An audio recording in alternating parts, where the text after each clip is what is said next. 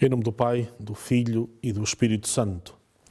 Vinde, Espírito Santo, enchei os corações dos vossos fiéis e acenderei-lhes o fogo do vosso amor. Enviai, Senhor, o vosso Espírito será criado e renovareis a face da terra. Oremos. Ó Deus, que instruíste os corações dos vossos fiéis com as luzes do Espírito Santo, fazei que apreciemos retamente todas as coisas segundo o mesmo Espírito e gozemos sempre da sua consolação por Cristo Senhor nosso. Amém. Ave Maria, cheia de graça, o Senhor é convosco, bendita sois vós entre as mulheres, bendito é o fruto do vosso ventre, Jesus. Santa Maria, Mãe de Deus, rogai por nós, pecadores, agora e na hora da nossa morte. Amém. Glória ao Pai, e ao Filho, e ao Espírito Santo, como era no princípio, agora e sempre. Amém. Em nome do Pai, do Filho e do Espírito Santo. Uma saudação amiga a toda a família Canção Nova. Sou o Padre José António Arantes de Andrade, da Arquidiocese de Braga, e convosco vou, passo a passo, refletindo sobre o credo. Estamos no capítulo sobre Jesus Cristo e depois de termos visto alguns pontos principais da vida de Jesus, desde a sua vida oculta, desde a presença junto do batismo, também a questão das tentações, os próprios milagres, a presença do Reino de Deus. Entramos hoje no tema de Jesus que chama os apóstolos. Por que motivo é que Jesus chama os apóstolos e também por que motivo é que são 12? Pois o Catecismo diz-nos com clareza que Jesus teve sempre à sua volta um número grande de pessoas.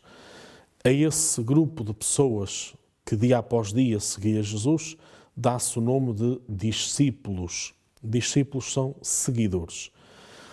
O Papa Francisco chama, e começou, sobretudo, a introduzir este vocábulo, mas que traduz, de facto, esta grande realidade de fé, que somos discípulos missionários.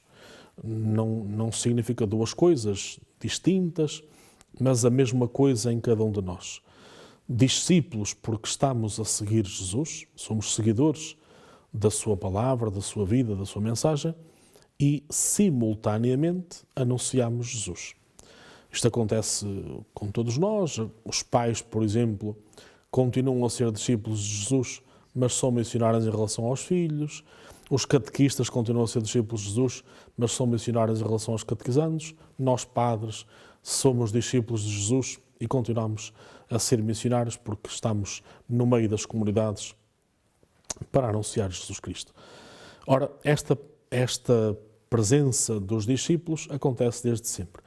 Também é verdade que era a forma natural, no tempo de Jesus, de alguém seguir um mestre. Se nós até recuarmos à filosofia, na Grécia, todos os filósofos tinham os seus seguidores. O filósofo era o mestre e as pessoas que o escutavam, que aderiam ao seu pensamento, eram os seus discípulos. Então Jesus começa também por agregar à sua volta as pessoas que o vão escutando. Ora, porque ele falava com sabedoria, com autoridade, e falar com autoridade era porque o que dizia era aquilo que ele mesmo vivia, portanto havia sintonia entre o dizer e o agir, mas também porque Jesus trazia uma mensagem nova, não é? E nova e inovadora, naturalmente. Portanto, não pondo um ponto final para todo o Antigo Testamento, mas aperfeiçoando naturalmente, não é?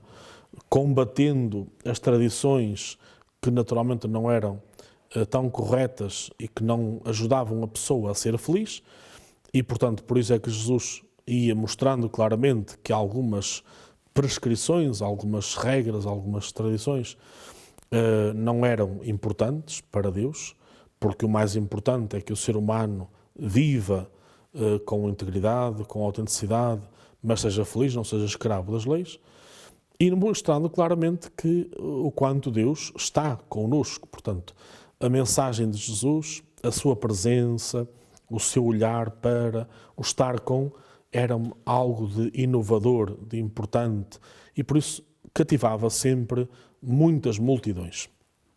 Então podemos dizer que a presença de Jesus na Terra atraiu sempre muitos seguidores, a quem damos o nome então de discípulos, homens e mulheres que são seguidores de Jesus. Mas sabendo que Jesus veio à Terra para formar um novo povo de Deus, e o primeiro povo de Deus feito no Antigo Testamento está baseado em 12 tribos, né, as 12 famílias de Israel, então Jesus quer também, ao formar um novo povo, que é a Igreja, que somos nós, quis fazê-lo com 12 homens, 12 apóstolos, isto é, aqueles que serão depois da morte e ressurreição de Jesus os seus continuadores, aqueles que vão naturalmente formar a Igreja, o princípio da Igreja, e que vão também ser as colunas, digamos, os alicerces, que vão suportar toda a fé do povo de Deus. Por isso dizemos que a nossa fé é apostólica, né? Porque se alicerça na fé dos apóstolos. Estes homens, que então vão ser o protótipo do novo povo de Deus, a contraposição, digamos, com as 12 famílias de Israel, e que depois vão formar as comunidades cristãs. Cada um dos apóstolos vai anunciando Jesus a partir de Jerusalém para outras localidades, e assim o Evangelho, como era a vontade de Jesus, o grande desejo de Jesus era começar em Israel o anúncio da Boa Nova, mas estendê-lo aos 4 cantos do mundo, e os apóstolos começam a fazer isso, exatamente isso, com a pregação, com o testemunho, com a sua própria vida, e por isso, exceto São João, todos foram mártires, no sentido de martírio de sangue, não é? E a palavra martírio é testemunha, todos eles deram a vida por Jesus Cristo. São João, de alguma forma, também foi mártir, porque também sofreu muito, foi perseguido, teve que se esconder na ilha de Patmos, onde escreve o livro belíssimo da Sagrada Escritura, que é o livro do Apocalipse, mas morreu por velhice, não é? É, digamos, o último apóstolo a morrer por volta do ano 100, e aí, com a sua morte, terminou a revelação de Deus, como sabemos. Então, os apóstolos são esses homens, esses 12 homens, a quem Jesus, no dia-a-dia, foi preparando aquilo que podemos chamar hoje o primeiro seminário na Terra, onde Jesus os ensinava, de forma particular, depois das catequeses que fazia no dia-a-dia com o povo que se encontrava com Jesus. Jesus depois explicava, pormenorizadamente, aos apóstolos, e, além disso, não só ouviam essa explicação, como também depois viam as ações de Jesus. Portanto, foram-se preparando para essa missão tão importante, tão nobre, que foi tornar presente Jesus na Terra. Diz-nos o Euquete, de forma resumida, que os apóstolos se tornaram testemunhas da ressurreição de Jesus e garantes da sua verdade. Ou seja, nós sabemos que a missão dos apóstolos é mostrar-nos a verdade de Deus, não é? A verdade pura, a verdade do Evangelho. Então, eles, com a pregação que fazem e com a sua própria vida, testemunham essa verdade. Temos de ter presente uma coisa, e para percebermos a grande missão dos apóstolos. Nós hoje queremos conhecer a Igreja e a sua missão, e temos a Sagrada Escritura, não é? Toda a Bíblia, Antigo e Novo Testamento, onde podemos naturalmente ler, e particularmente, por exemplo, nos Atos dos Apóstolos, a ação dos apóstolos após a morte e a ressurreição de Jesus, mas também temos depois o Catecismo, que nos ajuda a perceber as verdades principais da nossa fé. Portanto, não nos faltam meios para sabermos o que é verdade, o que é mais importante e que caminho temos de percorrer. Os apóstolos tinham acompanhado durante aqueles 3 anos a vida de Jesus, né? Digamos, a sua presença viva, a sua palavra, mas, reparem, nem sempre os apóstolos compreendiam tudo, não é? Bem como Nossa Senhora, como diz São Lucas, não é? Não compreendendo, guardava no seu coração. os apóstolos também só vão perceber muitas das realidades, das verdades de fé, através da presença do Espírito Santo. Contudo, vão assimilando, não é? Vão ouvindo da boca de Jesus o que ele diz, vão vendo os atos concretos de Jesus e depois vão tendo essa fidelidade a partir do Pentecostes de nos dizer o que é importante. Por exemplo, uma coisa que nós temos desde o tempo dos apóstolos e que nunca mais mudou e que foi sempre essa verdade, por muitos ataques que tenham havido à Igreja, esta verdade chegou até nós, exatamente como no princípio. A verdade da Eucaristia. Não é? A própria oração eucarística, que nós rezamos aos domingos na Eucaristia, o chamado cânon da missa, vem do tempo dos apóstolos. Não é? Essa verdade realmente foi assumida por eles, porque eles participaram na Santa Ceia do Senhor e memorizaram, guardaram, de facto, tão bem aquelas palavras, aqueles gestos, ainda que nem sempre se chamasse Eucaristia, por exemplo. Se nós formos ao livro dos Atos dos Apóstolos, eles chamavam a fração do pão, o partir do pão, que foi o gesto marcante. Recordo, por exemplo, o Evangelho que nós escutamos no domingo de Páscoa, com a presença dos discípulos de Emaús. Eles vão desanimados porque o grande mestre tinha sido morto, ouviram falar da ressurreição, do túmulo vazio, mas nada para eles era certo, vão desanimados, como que um projeto de vida que eles tinham que parece estava-se a esvair, e Jesus, como um mero viajante, conversa com eles, fala-lhes das Escrituras, de Moisés, dos profetas, mas nada parece despertar neles, digamos, esta curiosidade. E por uma questão de simpatia, de acolhimento, convidam Jesus a ficar na casa deles, porque estava a anoitecer, e colocando-se à mesa para a refeição normal, no fim do dia, quando Jesus parte o pão, então abriu-se-lhe os olhos, e Jesus desaparece. Então reparem, foi tão marcante para os discípulos e para os apóstolos, sobretudo, esse gesto do partir do pão, que assim permanece. E a Eucaristia começa por ser exatamente esse partir do pão, partir e repartir, não é? Porque, de facto, para eles foi um gesto profundamente marcante. E daí que os apóstolos têm uma missão de fazer, na memória de Jesus, aquilo que o próprio Jesus fez na última ceia. Não é? Então são eles que têm que caminhar no dia-a-dia das suas vidas, percebendo o Antigo Testamento. Não é? Até agora Jesus estava com eles e mostrava-lhes as evidências de que o que estava no Antigo Testamento nunca esteve a mais, nunca foi preciso pôr de lado, mas era agora clarificado com a presença de Jesus. Mas agora são eles, não é, que vão ter que associar. Claro que com a presença do Espírito Santo. Claro, não era por mera inteligência humana deles, não é que fossem uns homens superdotados. É evidente que tiveram essa graça atual, não é? Essa graça de Deus que os ajudou, que lhes permitiu, naturalmente, perceberem e começarem a associar as palavras e os gestos de Jesus com a mensagem do Antigo Testamento, até porque a primeira pregação é feita aos seus próprios conterrâneos, não é? Aos judeus. E como São Paulo diz, numa altura, se fosse preciso eu separar-me de Cristo para que todos acreditassem em Cristo, portanto, o seu grande desejo nunca era separar-se de Cristo, logicamente, ele diz isto apenas no sentido de querer mostrar que é tão importante seguir Cristo que ele queria que todos os judeus o seguissem, porque ele sabe que Jesus Cristo é o verdadeiro Deus, a quem os judeus dizem acreditar. Portanto, essa era a grande preocupação de todos os apóstolos, e que foi do próprio Jesus, que ele até chorou sobre Jerusalém, como nós sabemos. Mas então é importante perceber que a missão dos apóstolos é exatamente esta.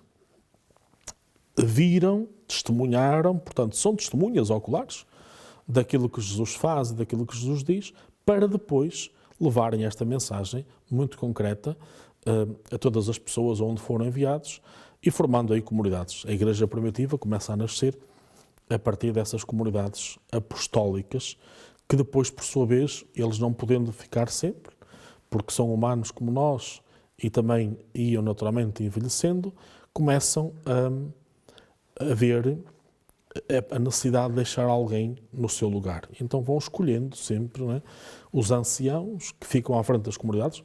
Quando dizemos ancião, nem sempre eram pessoas de idade, também há jovens, não é? São Paulo ordena como bispo depois o Timóteo, mas pessoas idóneas que vão ficando à frente das comunidades, portanto, como bispos, que são sempre, aliás, como os nossos bispos hoje, são os sucessores dos apóstolos, não é? Por outro lado, são também os garantes, não é? A comunhão dos bispos com o Papa, a garantia da verdade da fé e de que o Senhor Jesus quis a sua Igreja desta forma, não é?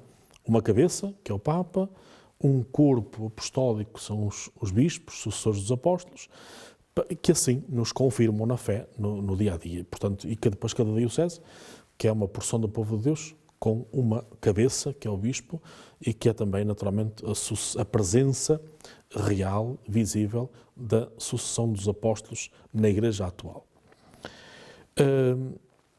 Então, realmente, encontramos aqui na presença dos apóstolos uma realidade da Igreja primitiva muito importante e perceber exatamente o que foi o valor destes homens naturais, normais, como nós, vindos do mundo do dia-a-dia, da pesca, porventura da agricultura, tirando São Paulo, que não fez parte do grupo dos 12, é posterior, é depois da ressurreição de Jesus que ele aparece, que ele é chamado por Jesus, mas era o único letrado naquele tempo, digamos assim, tinha frequentado a melhor escola bíblica, a escola de Gamaliel, mas que todos os outros, mesmo com menor formação académica, mas com uma vivência de fé muito profunda, foram capazes de dar um testemunho muito visível da presença de Jesus e um sinal sempre de muita humildade.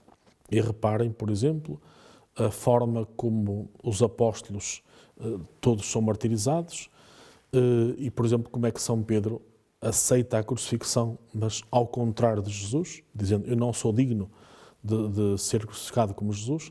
Como o seu irmão André, por exemplo, é crucificado numa cruz em forma de X, o que equivale a dizer que também não aceita ser crucificado como Jesus porque não era digno, digamos, dessa morte, e também, ao mesmo tempo, até aí dá testemunho de Jesus Cristo, porque o X era a primeira letra da palavra Christos em grego, não é? Então, o próprio André, até na hora da morte, através do sofrimento, porque o seu corpo como que teve de ser esquartejado para ficar cravado num X, dá testemunho não só desse sofrimento, do derramamento de sangue, por amor a Jesus Cristo, mas também mostra como até na morte a cruz chamada Cruz de Santo André, é o significado da palavra Cristo em grego. E ele que era um dos apóstolos que dominava também o grego. Uma outra realidade da presença de Jesus foi a sua transfiguração. Reparem, Jesus vai para Jerusalém, aliás, todo o Evangelho nos mostra Jesus a caminho de Jerusalém, e como diz o próprio Evangelho de São Lucas, Jesus tomou a decisão de ir para Jerusalém, portanto, não só vai todos os anos, desde criança, a Jerusalém à festa da Páscoa, mas agora a sua ação encaminha-se para Jerusalém, porque é ali, nessa cidade, nessa capital religiosa, que Jesus vai dar a vida por nós. Portanto, toda a ação de Jesus, muito consciente, muito determinada, é caminhar para Jerusalém. E era importante que os apóstolos não ficassem horrorizados com o Calvário, com o grande sofrimento. E por isso Jesus permite que tenham uma visão muito clara do que é a vida para além da morte. Isto é, há um sofrimento que Jesus vai passar, sem dúvida, que é horrendo. E nós, pela descrição do próprio Evangelho, percebemos isso com clareza, não é? Mas era importante que esse sofrimento não paralisasse os apóstolos e lhes permitisse que dessem o salto na fé para perceberem: este sofrimento é redentor, é por nós, é por nosso amor, mas depois disto vem a beleza da vida em Deus, a vida gloriosa.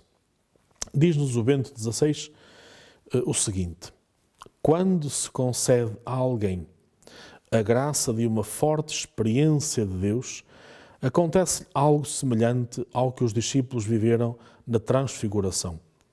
Durante um ligeiro momento, tem o antegozo do que será a felicidade do paraíso. Normalmente, trata-se de curtas experiências que Deus por vezes proporciona com vista, sobretudo, a duras provações. Ou seja, era importante que os apóstolos vissem a vida, a beleza da vida em Deus, que era superior à própria morte, ao sofrimento que ele ia passar. Portanto, Jesus não quer deixar ninguém na ignorância e quis com muita clareza ser sempre frontal, e por isso encontramos no Evangelho 3 anúncios da sua paixão e morte. Ou seja, Jesus não leva ninguém ao engano, ele vai para lá, diz abertamente: eu vou ser maltratado, vou ser morto, mas ao terceiro dia vou ressuscitar. É claro que os apóstolos, como aconteceria connosco, não estavam a perceber esta realidade, muito menos como é que o seu herói, o seu grande modelo ia ser morto, não é? E, portanto, não lhes tinha passado pela cabeça uma coisa dessas, e Jesus vai mostrando que isso é uma verdade, e automaticamente vai-lhes mostrar também que depois disso tudo virá, então, essa beleza da ressurreição.